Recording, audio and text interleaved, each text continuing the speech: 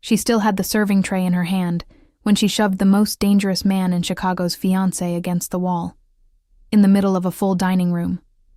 For 2 years, Elena Vasquez had been invisible inside Garrett Weston's private restaurant. A quiet waitress. A woman who refilled glasses without a word, remembered every order without writing it down, and noticed everything the room tried to hide. But what she had been watching happen to Garrett's aging mother during those elegant Friday night dinners was something no one else dared to see. Madison Cole arrived every week looking like a magazine cover and left every week having taken something small and irreplaceable from a woman who couldn't fight back. Elena fought back for her, and when Garrett Weston reviews the restaurant's security footage alone at 2 a.m., he won't be watching the woman he was going to marry. He'll be watching the woman who never looked away, and asking himself how he missed her for 2 years standing right in front of him. If this story touched your heart, hit that like button, subscribe so you never miss a story, and drop a comment telling us where in the world you're listening from. The restaurant didn't have a name on the door. No sign, no number, no listing any civilian would ever find. Just a black lacquered door on the corner of West Erie and North Franklin, 2 steps below street level, a small brass handle polished every morning before 6. If you knew what it was, you'd been invited. If you hadn't been invited, you'd walk past it every day of your life and never know what was behind it. Elena Vasquez had worked there for 2 years and 4 months. She'd been 25 when she answered the ad. Private dining staff, discretion required, references mandatory. And she was 27 now, old enough to understand exactly what kind of establishment she served, and wise enough never to say it aloud. 14 tables, dinner 6 nights a week. Rules that were simple. Remember every order, speak only when spoken to, never look at the man at table 1 longer than it took to confirm his request. Table 1 sat near the back wall, slightly elevated, framed by low lighting and dark paneling. The man who occupied it most evenings arrived at 8, sat with his back to the wall, and ordered the same thing every time. Rare ribeye, water with lemon, a single bourbon he rarely finished. His suits were black and custom and fit the way architecture fits a skyline. Platinum blonde hair slicked back from a face built for stillness. Ice blue eyes that moved without urgency. A faint scar along the left cheekbone. His hands rested on the table with the quiet of someone who had learned long ago that the most dangerous men in a room are the ones who never appear to be watching. Garrett Weston was 32 years old. He had spoken directly to Elena exactly 7 times in 2 years. Once, on a rainy Tuesday, simply, "You have a good memory." She'd said thank you and spent the rest of the shift replaying the words as if they contained instructions she hadn't yet decoded. The Friday dinners with his mother began 8 months ago. Margaret Weston, 68, silver-haired, walked with a cane, a bad hip from a fall 2 winters prior, and sat beside her son with the careful dignity of a woman who had been many things in her life and was quietly becoming fewer of them. She asked the names of the staff and remembered them. On the 3rd Friday, when Elena brought the breadbasket to table 1, Margaret looked up and said, "You have patient hands." Elena had said thank you and stood in the kitchen for 30 seconds doing nothing, which was something she almost never did. Madison Cole arrived 6 weeks after Margaret. She appeared one Friday like a weather system. Dark hair past her shoulders, pale eyes, a dress that cost more than Elena's monthly rent. She sat across from Margaret and produced a smile engineered to read as warmth from any distance. She ordered sparkling water and a salad she barely touched, and spent the dinner with her hand over Garrett's on the table. He didn't pull away. He also didn't look at her the way men look at the people they love. He looked at her the way men look at decisions they've already committed to. Elena refilled glasses and said nothing, and watched. The first thing she noticed was the bread basket. Margaret always took 2 pieces and broke the second into small portions, the way people do when eating is more ceremony than hunger. The first Friday, Madison sat beside her.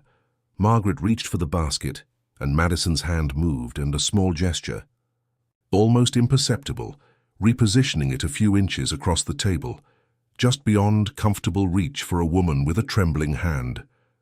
Margaret pulled back, ate nothing, spent the dinner with her hands folded in her lap. Elena refilled the water glasses and on her next pass repositioned the breadbasket quietly. making it look like routine. Margaret's eyes found hers for exactly 1 second. Elena moved on. Such a small thing, the kind you convince yourself you imagined. But Elena had been watching tables for years, and she knew the difference between careless and calculated. She filed it, said nothing. Came back the next Friday. Madison was there each time. And each time the small things accumulated. The water glass placed just slightly too far, the moment Margaret began a sentence, and Madison turned to Garrett with a question that swallowed the old woman's words before they landed. Small corrections. Surgical erasures. The kind of cruelty that leaves no visible mark because it never lands hard enough in any single place. She drove home after the 4th Friday and sat at her kitchen table a long time. She called her grandmother in Guadalajara, who was 81 and sharp as good wire, and listened to her voice for 20 minutes without saying much. When she hung up, she sat in the quiet and made herself a promise she wasn't sure she had the right to make. She was going back next Friday, and she was going to keep paying attention. The 5th Friday, Eleanor arrived 40 minutes before service and found Margaret already seated at table 1. No Garrett, no Madison.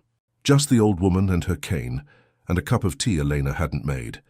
Someone had let her in early and moved on, the way people move on around women who have grown accustomed to being sidelined. Elena brought a second cup, without being asked, and positioned the bread basket well within reach. Margaret looked at the basket, then at her. "You remembered," she said. "I always remember." Margaret broke a piece of bread and looked out at the room with the expression of someone reading a long document they'd hoped would say something different. "My son built this place 12 years ago. He was 20. He told me it was an investment property. I told him investment properties don't come with tablecloths that cost more than furniture." She paused. He laughed, the kind of laugh he hasn't made in a long time. "He laughs," Elena said. Margaret looked at her differently. "Does he?" It wasn't a question. Elena adjusted the basket and moved to the next table. Madison arrived at 7:45 with Garrett, his hand at the small of her back, automatic rather than tender, Madison already scanning the room before she'd fully entered it. Her gaze found Margaret, and something happened in her face. A compression, fast and controlled, there and gone in under a second. Elena caught it. Dinner service ran full. Eleanor moved, poured, cleared. Each time she passed table 1, she adjusted her trajectory to stay within range of Margaret's side. At 8:20, Garrett was called away. A man in a grey suit at the entrance, a brief exchange, and Garrett disappeared through the back corridor. Eleanor positioned herself at the service station and began refilling a pitcher that didn't need refilling. Madison waited 40 seconds. Then she leaned toward Margaret, and her voice dropped to something barely above a murmur. Eleanor couldn't make out words, only cadence. Low and even. The rhythm of a woman who has rehearsed this until it runs without friction. Margaret's face changed. The careful dignity compressed inward. Her hands moved to her lap. One covered the other. Garrett returned 13 minutes later. Madison was describing a gallery event. Margaret was holding her water glass with both hands and looking at the table. Eleanor cleared the adjacent table. Her jaw ached from holding it. She noticed the wrist the following Friday. She was reaching across Margaret to collect the dessert plate. The old woman always ordered the crème brûlée and always left half, and Margaret's sleeve shifted with the reach, and Elena saw it. A bruise. Purple-green, 4 or 5 days old. Not from furniture, not from a door frame. 3 fingers pressed into skin. The shape of a grip held too long. She took the plate and moved to the kitchen and stood with both hands flat on the cold steel counter.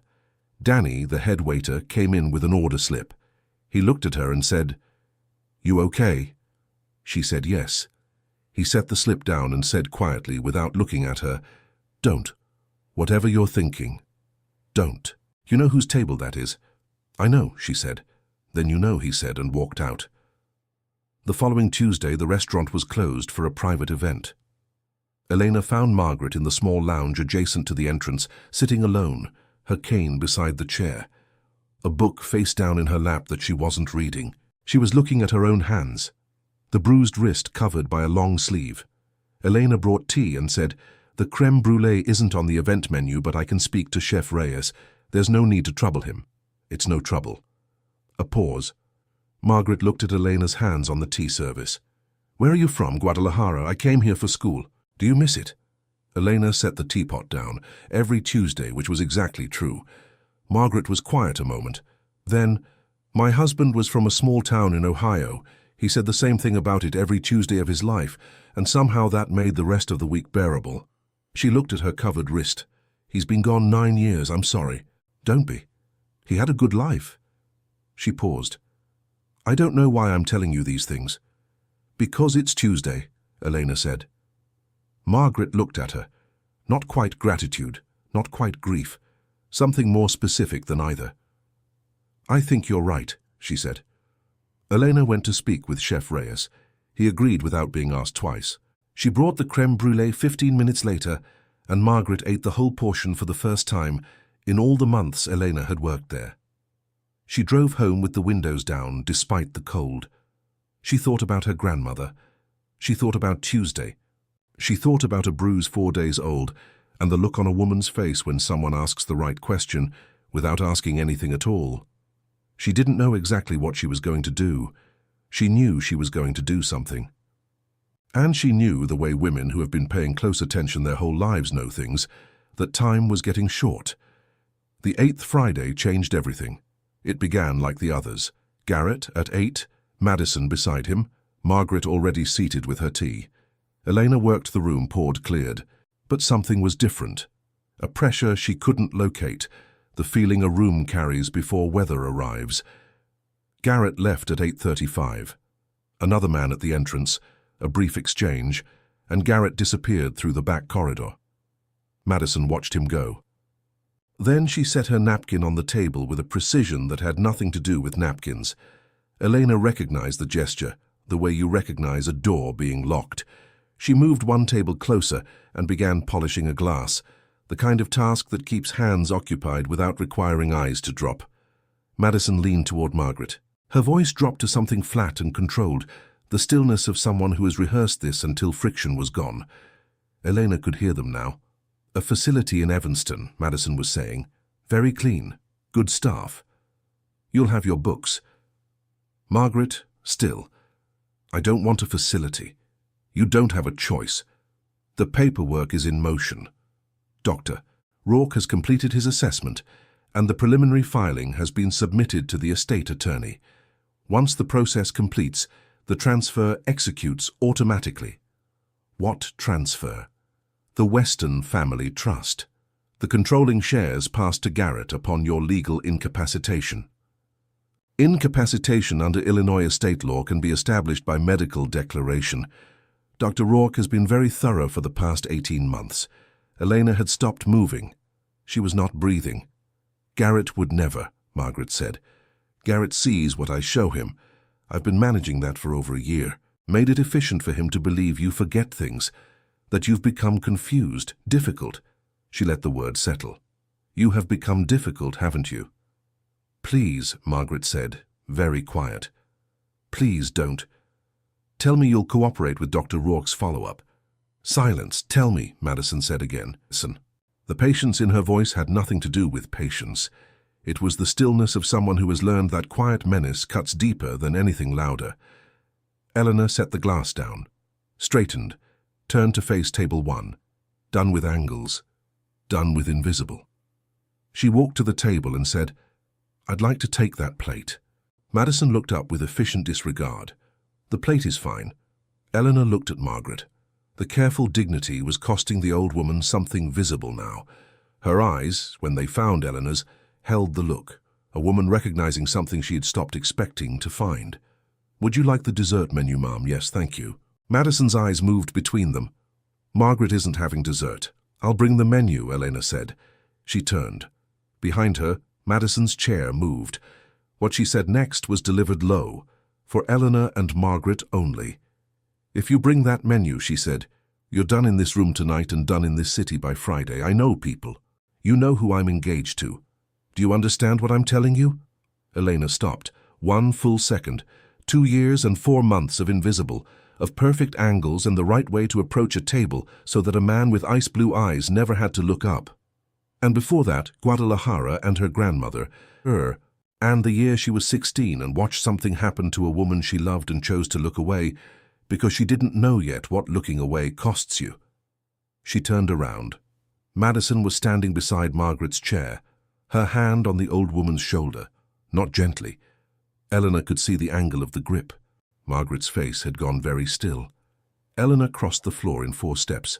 She took Madison's wrist and removed the hand from the shoulder with a steadiness that surprised her. She stepped between Madison and the chair. She said, "Don't touch her." Madison's face changed. For 1/2 second the performance fell away, and what was underneath looked out, cold, affronted, something older than anger. And then it snapped back and she said, "Get your hands off me," and pulled away, and the pull threw her off balance, and her hip caught the table edge, and a water glass went over, and the sound of it hitting the marble floor silenced the entire room. Everyone looked. Madison straightened, composure returning in layers, practiced and rapid. She pressed one hand to her dress where the water had hit, looked at Elena, looked at the room, and produced a sound calibrated as distress. She said, "She attacked me." Margaret sat in her chair. Elena stood between the old woman and the broken glass. The room was still. Elena did not move. The door from the back corridor opened. Garrett Weston walked in. He stopped. He looked at Madison. He looked at the overturned glass. He looked at his mother in the chair, her hands folded in her lap, her face very still. And he looked at Elena, standing in the middle of all of it, her uniform straight, her hands at her sides, her eyes holding his directly and without apology. 3 people, 3 versions of what had just happened, and a man with ice-blue eyes standing in his own doorway with 15 seconds to decide which one was true. He said 2 words to the room before it fully processed what it had seen. Everyone back to work. The staff moved. Glasses were collected. The table was reset. Danny appeared with a cloth and disappeared again. The machinery of the restaurant absorbed the incident the way it absorbed everything, efficiently without comment, and without anyone acknowledging they had been watching. Garrett crossed to table 1. He looked at Madison first. She was still pressing her hand to her dress, her eyes wet, her breathing managed into the precise rhythm of someone who is distressed but composed about it. Then he looked at his mother. Margaret sat with her hands folded in her lap and her eyes on the tablecloth, the way she used to sit when she was waiting for a verdict on something she already knew the outcome of. He had not seen that expression in years. He had not recognized it until now. He looked at Elena last. She was standing 3 steps back from the chair, hands at her sides. Expression giving him nothing extra, no plea, no performance, no manufactured calm, just her face exactly as it was. He said, "Go home for the night, we'll speak tomorrow." Elena said, "Yes, sir." She picked up her tray from the service station and walked to the back without looking at Madison again. Madison waited until the kitchen door closed. Then she reached for his hand on the table. "I'm all right," she said. "I don't want you to think I'm not all right." He looked at where her hand covered his. He said, "What happened?" She told him. Her version was clean and complete, and arrived without hesitation, the way stories arrive when they've been rehearsed for contingencies that hadn't been announced yet. She'd been adjusting Margaret's shawl. The waitress had misread the gesture, had overreacted, had grabbed her. She'd stumbled, she was fine, she just didn't want him to think she was making more of it than it was. He watched her talk. He had always been good at watching. It was the thing about him that made other men in rooms like this one uncomfortable. The sense that he was receiving more information than he was supposed to.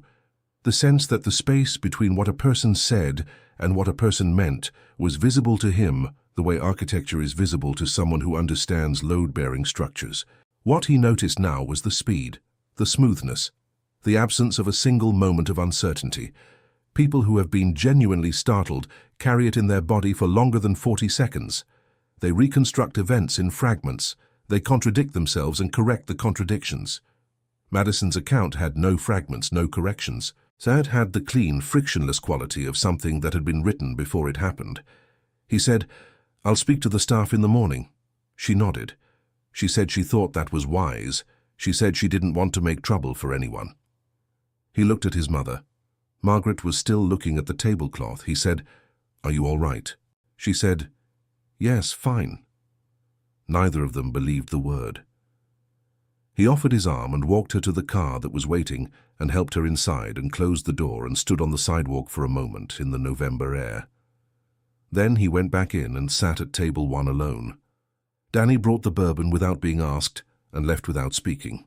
Garrett looked at the space where the glass had been, the circle on the marble still slightly damp, the table reset with surgical precision around the absence. He sat with the bourbon for 20 minutes and did not drink it. He thought about his mother's face. Not the still, managed face she'd been wearing all evening, the face from before. The split second before any of them had rearranged into their positions. His mother's face in that half second had not been afraid of Elena. It had been afraid for her. That distinction had a weight that grew heavier the longer he sat with it. He turned his glass on the table. He was still turning it when he got up and walked to the back and knocked on the door of the system room. The security system had been installed 18 months ago after a supplier dispute that had required documentation the old cameras couldn't provide. 16 cameras, full coverage, 60-day rolling archive, a private server in a locked room that only 3 people in the building knew existed. Garrett was one of them. He went in at midnight. He had told himself he was going to watch 30 minutes of footage. He was still in the room when the clock on the wall reached 4:17. What he watched first was Madison. 6 months of Fridays, the same table, the same angles, compressed into 2 hours. He watched her move the bread basket. 4 times across 4 different evenings, the same motion, the same 1.5 inches of repositioning, so consistent it could only be intentional. He watched the water glass placed a degree too far each time Margaret reached. He watched the moments his mother began to speak, the way Madison's body moved not toward him but between them, the physical equivalent of a door being closed so quietly no one would hear the click. He pulled the audio from the table microphone next. The system had been installed for liability purposes, not surveillance, and he had not thought about it since the contractor had demonstrated it. He sat in the dark server room with his elbows on the desk and listened. He heard Madison's voice, low and controlled, on a Friday 3 months prior. He heard the words facility and incapacitation and medical declaration arranged in the specific order of a legal instrument. He heard his mother say please. He sat very still for a long time. He pulled the documents after that. He had not expected to feel as much as he felt watching the footage of Elena in the lounge with his mother. It was a Tuesday evening. The restaurant was empty. His mother was looking at her own hands, and a woman he had employed for 2 years and never truly looked at was sitting across from her with a pot of tea and asking where she was from. He watched his mother's face change. He had not seen his mother's face change like that in 3 years. He pulled the documents after that. He called his attorney at 1 in the morning and told him to open his email. The papers Madison had given him 6 weeks ago, a psychiatric assessment, a referral letter to a care facility in Evanston, a preliminary estate filing. He had signed the referral without reading it fully. He had trusted her summary of it. His attorney called back in 11 minutes. The filing was real. The process had been active for 4 months. 1 more signature, and it would have been irreversible under Illinois estate law. He sat with that for a while. The number 4 months had a physical weight in the room. 4 months of a process he hadn't known was running. 4 months of documents moving through offices and attorneys and assessors, while he sat at table 1 6 nights a week and looked at the room without looking at what was inside it. Then he watched Elena. He hadn't planned to look for her specifically. He was building the sequence, moving through the timeline, and she kept appearing in the frame. Week after week, table 1, approach angle, bread basket. He watched her move it back. He watched it happen so many times that the motion became something other than a correction. It became a declaration. Week after week, she crossed the distance and put the thing back within his mother's reach and said nothing to anyone. He watched her on the Tuesday the restaurant was closed. The lounge, the tea, his mother's face shifting from compressed into something that resembled itself. He watched her carry the creme brulee out and watched his mother eat all of it, and something in his chest shifted without making a sound. He watched the Friday with the pitcher. He watched himself walk back through the corridor at the 13-minute mark. He watched his mother's face across those 13 minutes, the face of a woman who has been learning to hold herself together from the inside because nothing on the outside has been stable for a long time. Then he watched the 8th Friday. He watched Elena turn from the kitchen door. He watched her cross the floor. He watched her take Madison's wrist and remove the hand from his mother's shoulder with a precision that was not aggressive, but absolute. The way you remove something from a wound, steady and without apology. He watched his mother's face in the half-second after, the exhale, the particular release of someone who has been underwater and has just broken the surface. He watched himself walk in. He paused the footage on his own face, the face of a man standing in a doorway with no idea what he was actually looking at. He looked at that face for a moment. Then he let it play. He watched himself say, "Go home." He watched Elena pick up her tray and walk to the kitchen without looking back. He watched Madison's hand find his on the table. He closed the laptop. He sat in the dark while the ventilation system clicked off and the room went cold. He thought about his mother saying please. He thought about a breadbasket moved back into reach 6 months in a row by a woman who never once asked him to notice. He thought about the word incapacitation and the document he had signed without reading. He sat there a long time. Then he got up and made 3 phone calls. Madison arrived the next afternoon at 2. She came because he had asked her to, using the exact tone he used for things that were not requests. She sat at table 1 in a cream jacket and kept her hands visible on the table and looked at him with the particular warmth she deployed when she sensed the temperature in a room had changed without her permission. He placed a tablet on the table. He pressed play. He watched her watch it. He watched the cream jacket and the composed hands and the warm expression process what the screen was showing. Her own face, 6 months of Fridays, the breadbasket, the water glass, her voice saying facility and incapacitation and medical declaration, his mother's voice saying please. He watched her face go through several things in quick succession: calculation, adjustment, the construction of an alternate interpretation. And then, when the footage reached the audio of the whispered threats, something behind her eyes went flat in a way he had never seen before. The flatness of a person who has stopped performing because performance has become structurally useless. She said, "That audio is out of context." He said, "The estate attorney received a signed referral from me 6 weeks ago. I didn't read it carefully. My attorney read it last night. One more signature, and my mother would have been declared legally incapacitated. The trust would have transferred automatically." He paused. "The filing originated from your legal team, Madison, not mine." She was quiet for 3 seconds. Then she said, "I was trying to protect her. She's been declining. You don't see it because you don't want to." He looked at her. "I watched 40 hours of footage. I saw my mother. She is not declining. She has been managed. There is a difference, and you know exactly what that difference is." Madison looked at the tablet. The warmth was fully gone. What replaced it was something she had kept very far from the surface, a precision, a coldness, the face of a woman who is accustomed to winning and is now recalibrating around the fact that she isn't going to. She said, "What do you want?" He said, "I want you to leave. The engagement is over." She picked up her bag and stood and crossed the room without another word. Her heels moved across the marble. The lacquered door opened and closed and she was gone. Garrett sat at table 1 and looked at the empty chair across from him and felt something he didn't have a name for. Not relief exactly, not grief. The sensation of a room after something heavy has been removed from it, the outline of what had been there. He called Elena that evening. He said, "I'd like you to come back." She said, "I need to know what happened." He told her. He told her about the footage and the documents and the attorney and the conversation that afternoon. He told her about the breadbasket, all 6 months of it.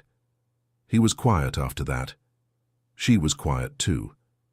Then she said, "Your mother needs someone with her tonight." He said, "I know." She said, "I'll go now, if that's all right." He said, "It is." She said, "Good night, Mr. Weston." He said, "Garrett." A pause on the line, long enough to mean something. "Good night, Garrett." He drove to the restaurant and sat at table 1 in the empty room with one light on. He thought about his mother's face when the surface broke. He thought about 6 months of a breadbasket returned to exactly where it belonged by a woman who never once asked for acknowledgement. He thought about a woman who had chosen to stay visible when invisible would have been so much safer. He turned his glass on the table for a long time. Then he set it down and let the room be quiet around him. He was not the man he had been a week ago. He wasn't sure yet what the distance between those two versions of himself meant or how long it would take to close. But he knew, with the particular certainty of someone who has finally seen a thing clearly after a long time of not looking, that the woman who had crossed that floor with her hands at her sides and her eyes on his without apology was not invisible. She had never been invisible.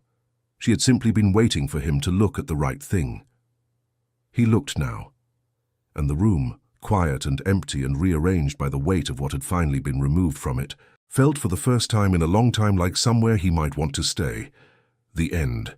If this story touched your heart, hit that like button, subscribe so you never miss a story, and drop a comment telling us where in the world you're listening from.